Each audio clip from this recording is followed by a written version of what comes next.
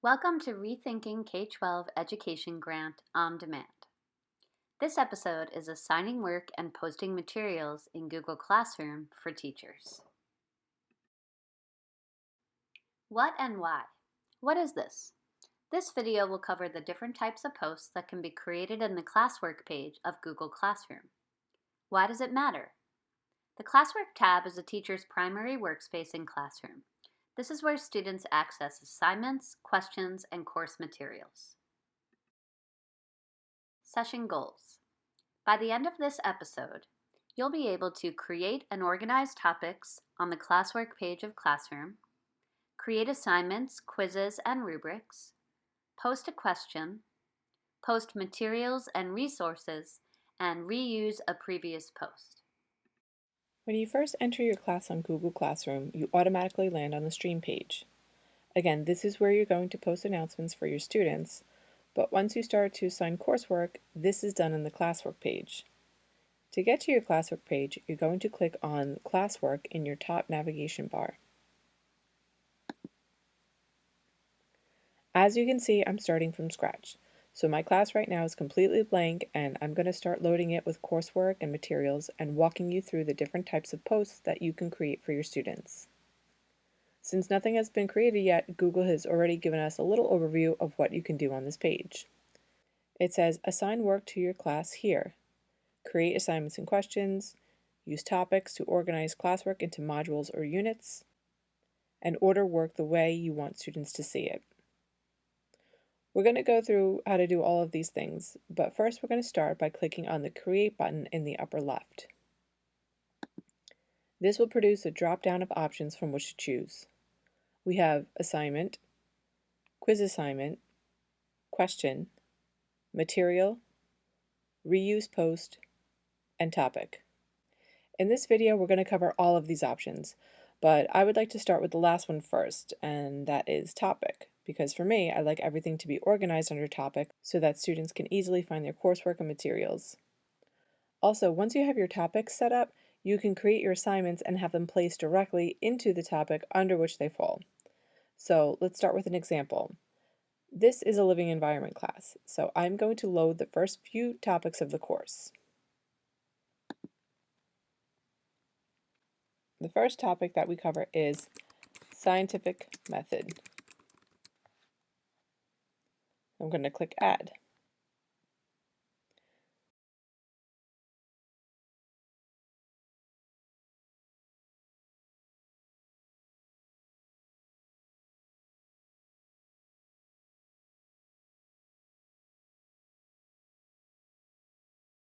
So now as you can see here, as I've loaded my topics, the most recent ones that I've entered are the ones that are closest to the top. However, I would like to reorder my topics so this way the first one that I entered is the closest to the top. And I can do this very easily just by clicking on the topic and then dragging it up to where I'd like it to be. So I would like this scientific method to be my first topic, followed by scientific measure and the microscope, followed by characteristics of living organisms, and then the cell. Now you can see here that I left off the S on characteristics, so I can easily edit that by going to my three dots, selecting rename, and correcting my error. And there we go. So now my topics are all set and they are in the order in which I want them. So now that I have my topics in place, it's time to start generating coursework. So first we are going to start with the assignment option. This will probably be the selection that you choose most often, as it is how you assign everyday tasks for your students. First, you're going to give your assignment a title.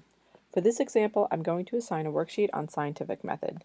So my title is going to be Scientific Method Activity. In the box underneath, I can leave instructions for my students. So I'm going to instruct them to complete this worksheet and turn in the assignment on Google Classroom.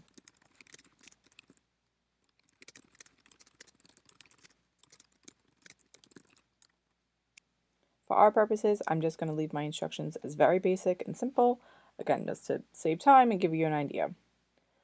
Underneath the instructions, you can see that you have two buttons here, and you have the option to either add or create work.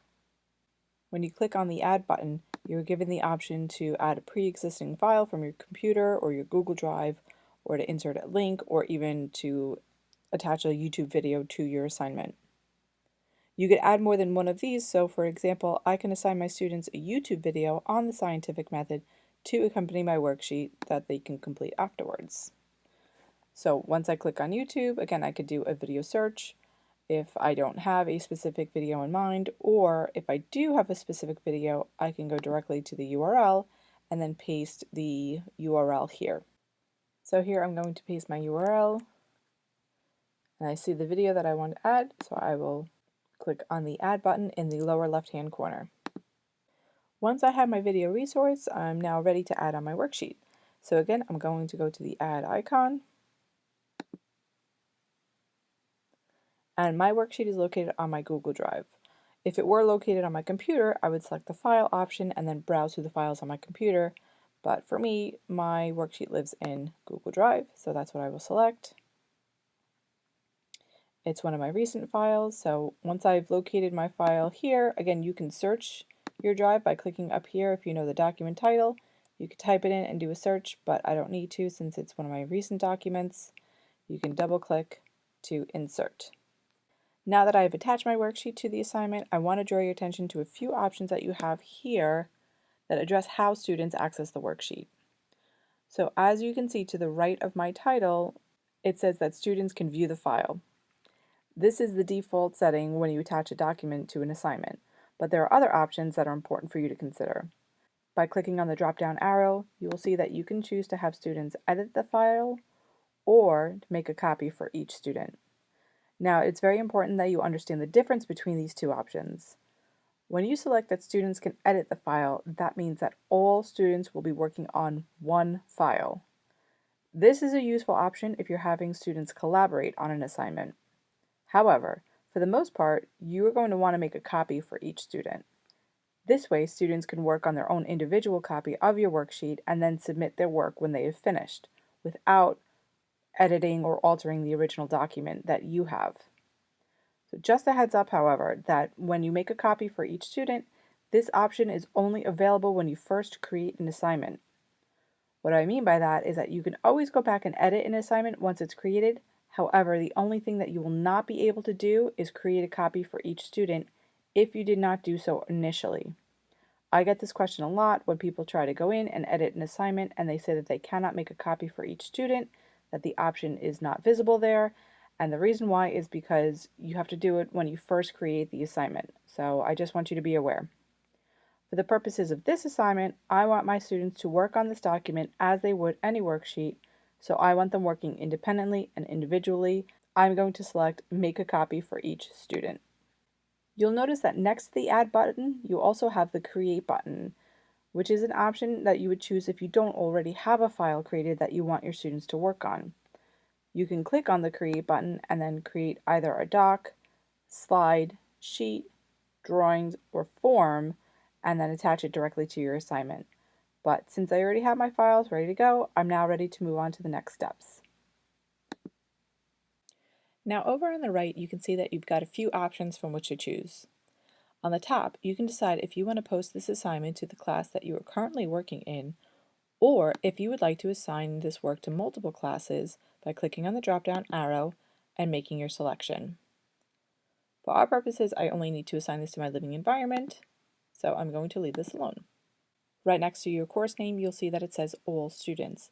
This is the default setting, and it means that you are assigning this work for all of the students enrolled in your course. You do, however, have the option of creating assignments for select students. Again, by clicking on the drop-down arrow, you will see a list of the students enrolled in your class, and you can simply click on the students to whom you want to assign this work. If you don't want this to be a whole class activity, you can select individual students or groups of students and then assign this post directly to them. After you've decided who you are creating this assignment for, underneath you will see that you can set a point value for the assignment. Now the default is 100 points. However, you can choose to alter the point value by simply erasing the 100 and entering in the point value that you want to use. Or you can even choose to make this an ungraded assignment, again by clicking on the drop-down arrow and selecting ungraded. For me, however, I would like to assign a point value of 5, so I'm going to enter 5 and then leave as is. Underneath the point value, you can determine when you want the assignment to be due. So right now it says that there is no due date. But to change this, I'm going to click on the drop-down arrow. Again, it says no due date. To change this, I'm going to click on the drop-down arrow, which will produce a calendar from which I can choose the date that I want my assignment to be due. For the purposes of this demonstration, I'm going to select Friday, August 28th. And underneath that, you'll notice it says time. Here, you can choose a time if you'd like to assign a specific time that you want your deadline to fall. So for example, you could have an assignment due by the end of the school day and select 3 o'clock, or you could have assigned by the end of the day by selecting 11:59 p.m. For me, I don't mind when the assignment is due as long as it's done by the date that I've selected, so I'm only going to choose a date, not a time. Underneath the due date, you will see the option to place the assignment under a specific topic.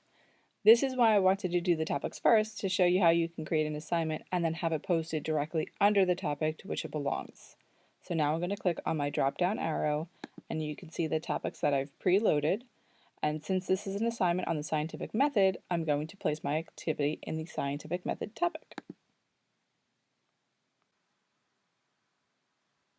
The next option that you have available to you is to add a rubric to your assignment. So by clicking on the rubric button, you have the option to either create a rubric, reuse a rubric, or import a rubric from Sheets. I'm going to give you a quick demonstration on how to create a rubric. When you select Create a Rubric, you'll be directed to this page in which you can enter in the criterion, a description of the criterion, and the points attached to the criterion, and then add as many levels or criteria as you would like until you have a completed rubric. So let me run through a quick example. For my criterion, I'm going to write completion of task.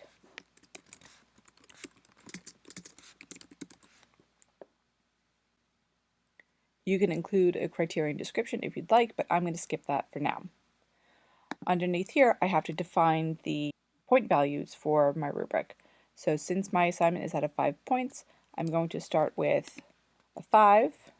My level title, I'm just going to name it 5. And here's where I'll include my description of what a student needs to do in order to earn a 5 out of 5. So I'm going to write superior completion of task. Now, I can include as many details as I want, such as, responses are detailed and the work demonstrates considerable effort, etc., but I'm going to leave this short and simple for our demonstration. Then for my next level, I'm going to do a 4, and this can be satisfactory completion of task.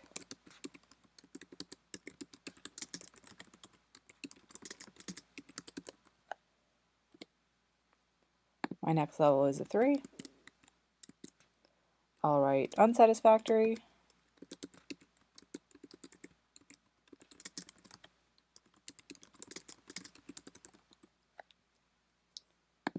Then a 2. We'll say partial completion.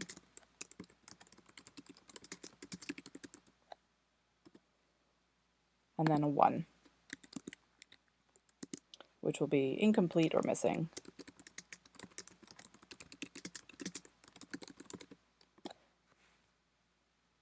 Again, you can make this as detailed as you want, but for the purposes of this assignment, I just want a quick and simple 5-point rubric, basically just checking to see that the students have done their work, and I'm going to grade them on how detailed and how much effort was put into the assignment. So again, you could add another criterion if you want to keep going. You could add as many criteria as you would like and make this as complex of a rubric as you would like. You also have the option of duplicating your criterion by clicking on the 3 dots here, and you can duplicate. So this is really useful if you have areas that use kind of the same verbiage, but you just need to swap out a couple of words. So you can duplicate your criterion and then just make some quick adjustments. This is a handy tool. You'll also notice that as I keep adding in the point values, that Google automatically will create my rubric total point value up here. So here I notice that it's a 5, and since I've set the assignment as a 5, I know that I have the correct amount of points for the assignment. So when you're finished, you're going to click on Save in the upper right-hand corner. And now you have a rubric attached to your assignment. Now that it's here, if I want to just take a quick little overview of my rubric, I can click on it and it opens up for me and I can see a nice clear picture of what my rubric looks like.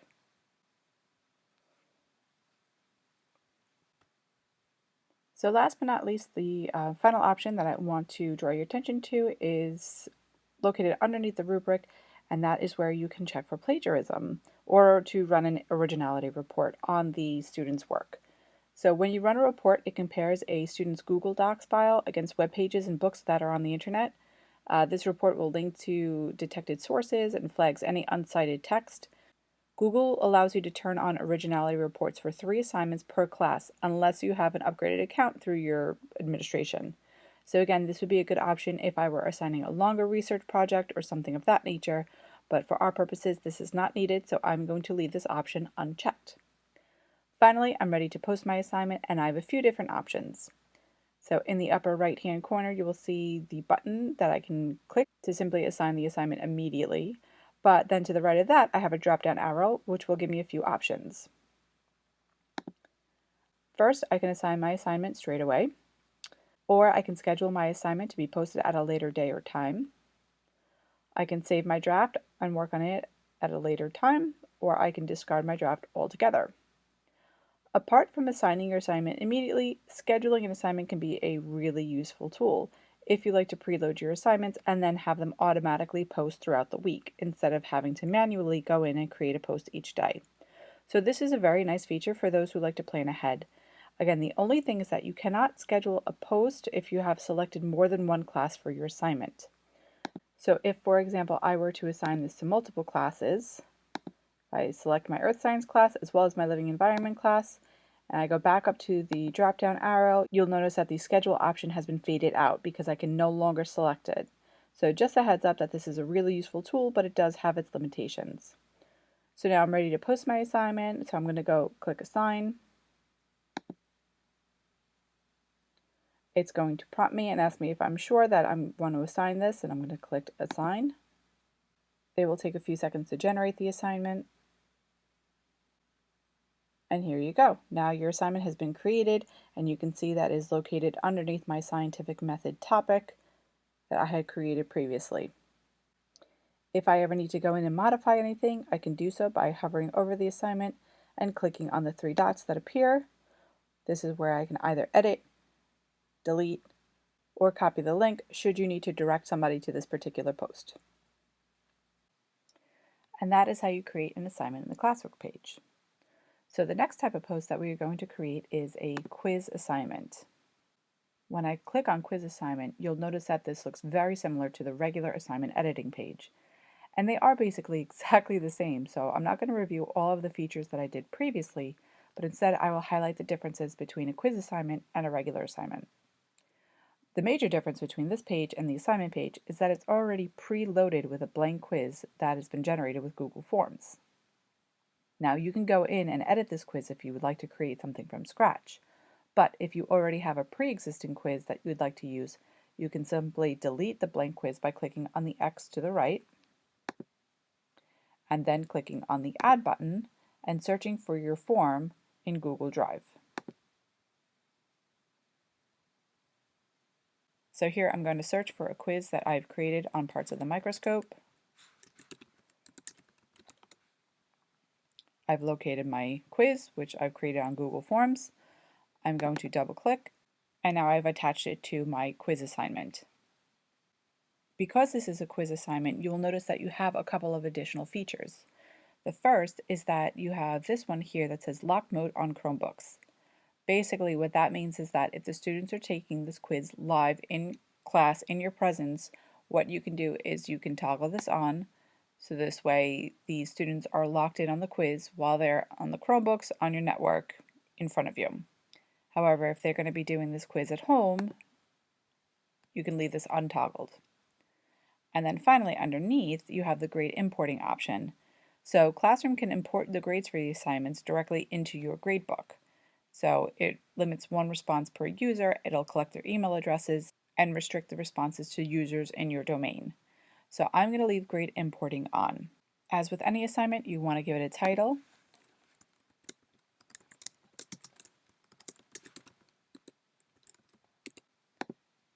You can leave instructions if you'd like. This is optional. Under 4, this is for my living environments class. I'm going to leave that alone. I want it to be for all of my students. The point value, however, this is a quiz that is out of 12, so I will change the 100 to a 12. The due date, again, I will select a due date. This could be due by Monday the 31st. I don't necessarily need to select a time. Under topic, I want this to go under the topic of scientific measure and the microscope. So now I have selected my topic. I don't need a rubric because I have my Google form already set to grade itself, and I don't need to check for plagiarism. So now that I am ready to assign my quiz, I'm going to go in the upper right-hand corner and select Assign. Now that I'm back on this page, again, I still see my scientific method because this is located on the top of my page. I can click on this to collapse, and then underneath I see under scientific measure and the microscope, my topic, I see my quiz for the microscope, which is due on August 31st. If I click on the quiz, it will expand and I can then view the assignment. If I have students enrolled in my class, they'll be listed here and I can see any scores as they come in.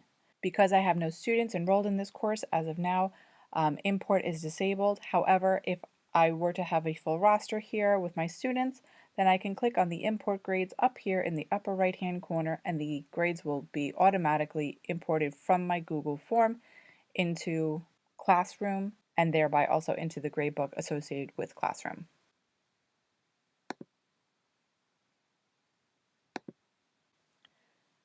The next type of post that we are going to cover is a question.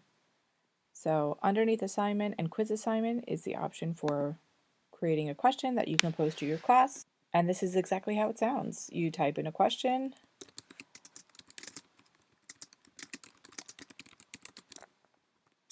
You can decide whether you want it to be a short answer where the students can kind of give you an open-ended response, or you can create a multiple choice and then enter in the different options here, adding as many options as you'd like. For me, I'm going to keep this as a short answer. And again, I'm going to change the point value from 100 to ungraded because this is just a silly question that I'm posing. And you can choose down here, apart from all of the standard options that you have, whether to add a file, create a file, include additional instructions, and then determine who you want to pose this question to, whether it be one class or multiple classes, all students or individual students, how you want it to be graded, if you want it to be graded, if there's a due date, if there's a topic associated with it.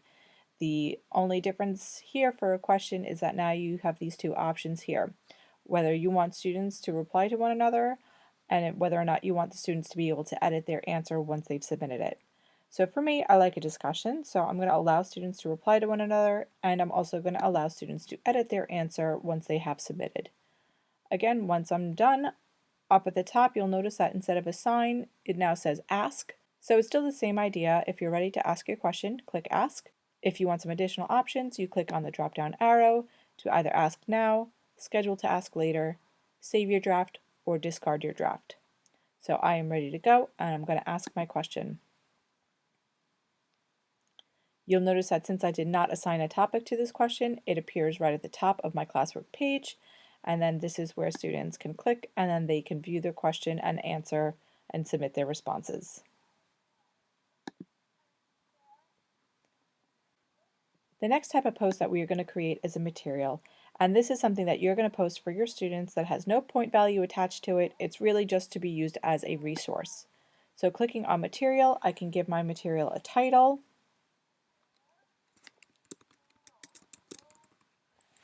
I can add a description if I'd like, and then I can attach the material or create something from scratch. So for me, I'm going to attach from my Google Drive. I'm going to scroll and locate my file. I'd like to attach a PDF on cell biology. I've double-clicked to attach my file.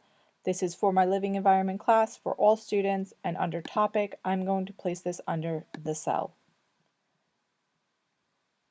Again, in the upper right-hand corner, if I'm ready to post my resource, I'm going to click Post, or I can select from the drop-down arrow either to post, schedule, save, or discard.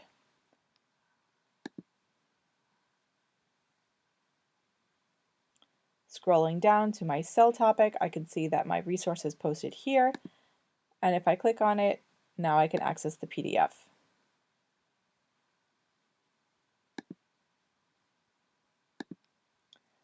The final option that I'd like to demonstrate is the option to reuse a post that you have already created or used in another class. When you select this option, you will receive a prompt that will show you a list of all of the courses for which you are an instructor. From here, you can select a different class, and then from that class, you'll see a list of all of the different assignments that you've posted. Since I've only done a few demos, I only have one activity in this particular class, but this will give you an idea. So if I would like to reuse this post, I can click on my scientific method activity from my other class. I can choose to create new copies of all of the attachments. This way I'm not reusing the old copies from the other class, and then select Reuse. Once I do this, you'll notice that it'll pull up the assignment, and that from this point I can edit any of the details that I deem necessary. So now it looks like our regular assignment page did, and you know how to navigate through all of the different options from here. Again, when you're ready, you're going to click Assign in the upper right-hand corner to assign your work. Since I've already assigned this, I'm going to click on the X in the upper left-hand corner to exit. Now that we've reached the end of the episode, you should be able to create and organize topics on the classwork page of Classroom, create assignments, quizzes, and rubrics, post a question, post materials and resources, and reuse a previous post. For more information about additional TRLE video on-demand sessions and other available TRLE programs, go to pd.swboces.org/TRLE_grant or contact Mary Beth Wilson. We value your feedback about your experience with this digital resource. Please take a moment to share feedback about your experience with this resource using the following link.